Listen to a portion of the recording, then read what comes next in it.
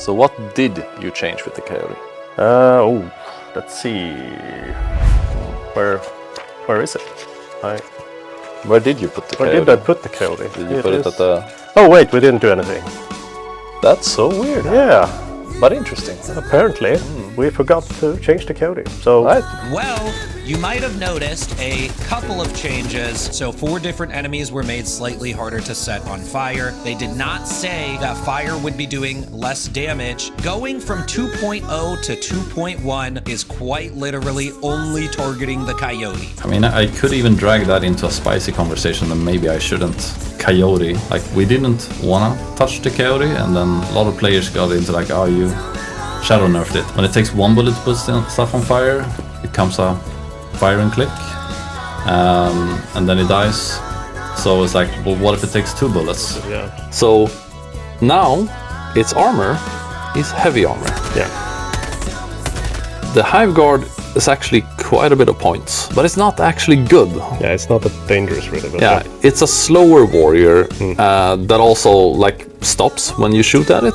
It seemed right when the game was new because there wasn't a lot of medium penetration weapons. Most of the weapons you had was light armor penetration, so it kind of blocked a lot of shots and you had to like bring a machine gun to mount down. Yeah. Now there's a lot of medium penetration and up, which means that it's like it wasn't very smart to like, oh, I'm gonna sit here and block attacks when like everything just kills it. Yeah. Rotation and believability. We wouldn't put like a small caliber weapon to have heavy pen. It just wouldn't be believable in the universe that we're painting up and the one you're acting in. Where, like, let's say the anti-material rifle would have light pen. That would be like, that's ridiculous. Of course it wouldn't. It's an anti-material rifle and it's high caliber, a lot of punching power and everything. So we go from there what makes sense and what feels good. Believable gameplay. Our underlying, like the core game philosophy that we have is that it should feel believable.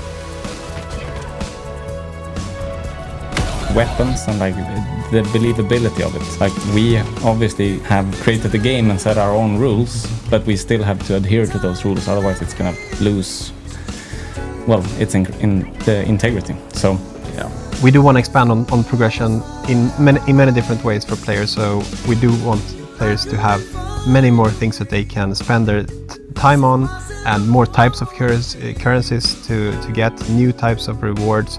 And we just want to make it more meaningful when you're on this journey to become a legend in the galaxy. Because what often ended up happening was that we took weapons that players loved and we made them more boring, right?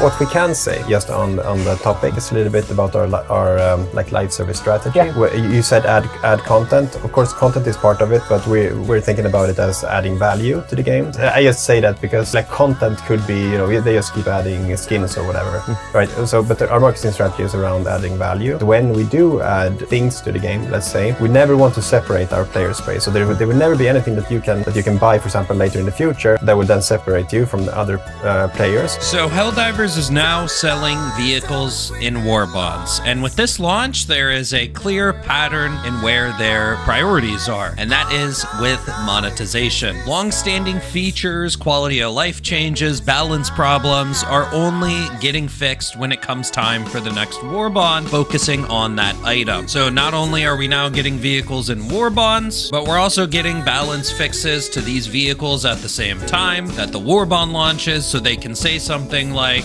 oh, we heard your concerns, we're listening to feedback, we heard exosuit stratagems feel a bit weak, but they are the people who created these balancing problems, especially with the recent enemy durable changes. Getting real-time feedback from the community on stuff that we're going to add, I think that's just going to be a dream. And that must be somewhat scary, right? That when this game launches, you will start getting feedback after feedback, and some of that feedback will shape the game. So Helldivers 2, in a lot of ways, was the thought of like, play a milsim while just tricking them that it's a regular horde shooter.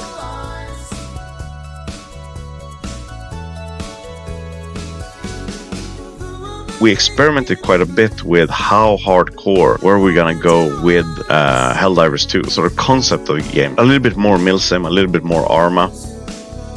The box, it literally says on the box, kill monsters with overpowered weapons. Who is the game for? We don't want the game just for the Arma and Tarkov players, but we also don't want it only for the PvP COD players either.